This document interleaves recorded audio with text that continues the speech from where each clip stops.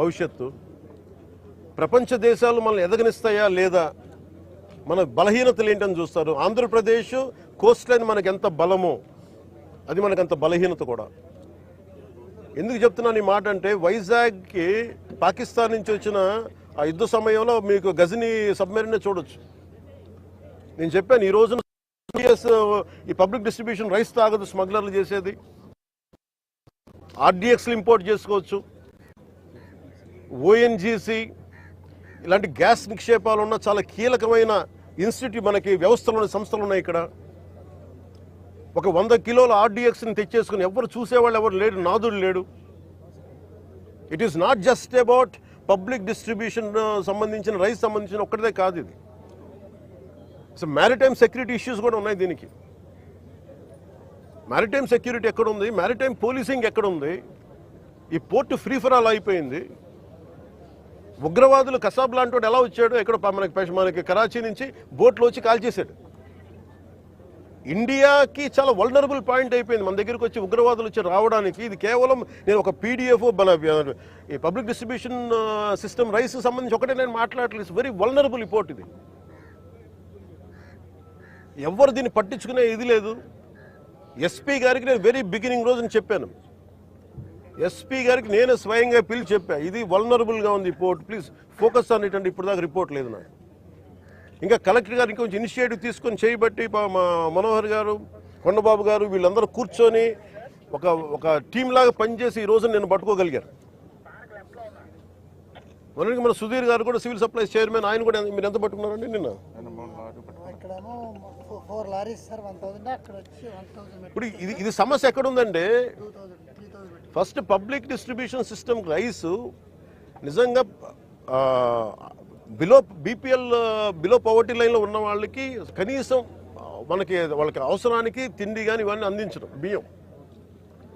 అలాగే రైతుకి వాళ్ళకి స్థిరీకరణ, వాళ్ళకి స్టెబిలిటీ ఇవ్వడానికి, గిట్టుబాటు ధర ఇవ్వడానికి ప్రభుత్వం కొనే విధానం ఇది. దీనిని దాదాపు 43 రూపాయలు ఖర్చు అవుతుంది, 43 రూపాయల 50 పైసలు ఖర్చు అవుతుంది ఒక్కొక్క కిలోకి.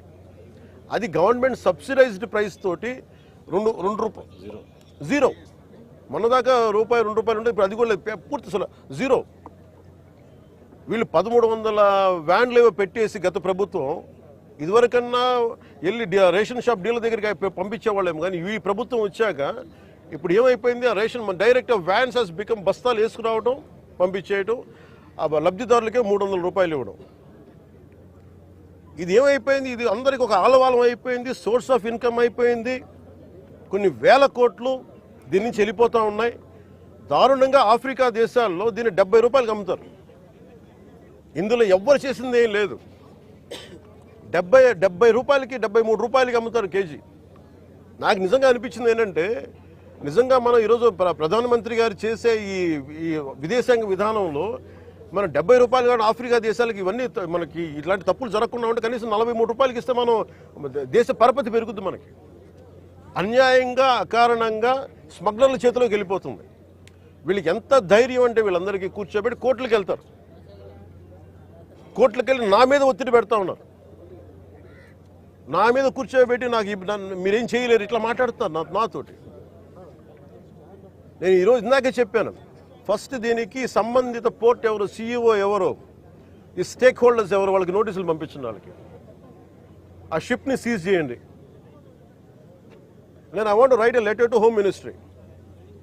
అమిత్ షా గారు లెటర్ రాద్దాం అనుకున్నాను. ఇది మోస్ట్ వల్నరబుల్ పోర్ట్. ఇది మ్యారిటైమ్ సెక్యూరిటీకి, నేషనల్ సెక్యూరిటీకి చాలా ఇబ్బందిగా ఉంది. ఇక్కడ కీ ఇన్స్టలేషన్స్ ఉన్నాయి. ఇక్కడ ఓఎన్జీసీ గ్యాస్ నిక్షేపాలు చాలా కీ ఇన్స్టలేషన్స్ ఉన్నాయి.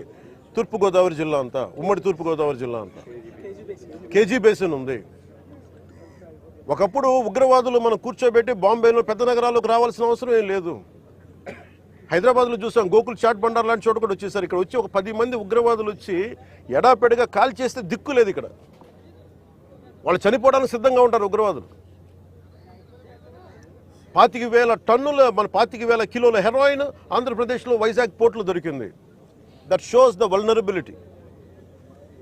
అలాగే మనకి అర్షి ట్రేడింగ్ కంపెనీ అని చెప్పి అది ఇక్కడ విజయవాడలో ఉన్నది, అటు వెళ్ళిపోయింది. అలాగే నా దృష్టికి 2 పేర్లు వచ్చింది. ఒకటి అలీషా అనే పేరు చాలా పదే పదే వినిపిస్తూ ఉంది. నాకు అర్థం కాదు ఎవరు ఈ అలీషా, ఎవరు అని. అలాగే ఇందాక చూస్తే దాదాపు 16 కంపెనీలు ఉన్నాయి. ఇందాక మనకి కొండబాబు గారు కూడా నేను ఒకటే చెప్తా ఉన్నాను, మనోహర్ గారికి కానీ సుధీర్ గారికి కానీ మేము అందరూ కూర్చోబెట్టి ఇందాక మనం బోట్లు వెళ్తాం మాట్లాడుకున్నట్టు, it is not about one individual. Smuggling అలవాటు అయిన వాళ్ళు, క్రిమినల్ యాక్టివిటీస్కి ఆలవాలం అయిపోతే tomorrow it will be RDX,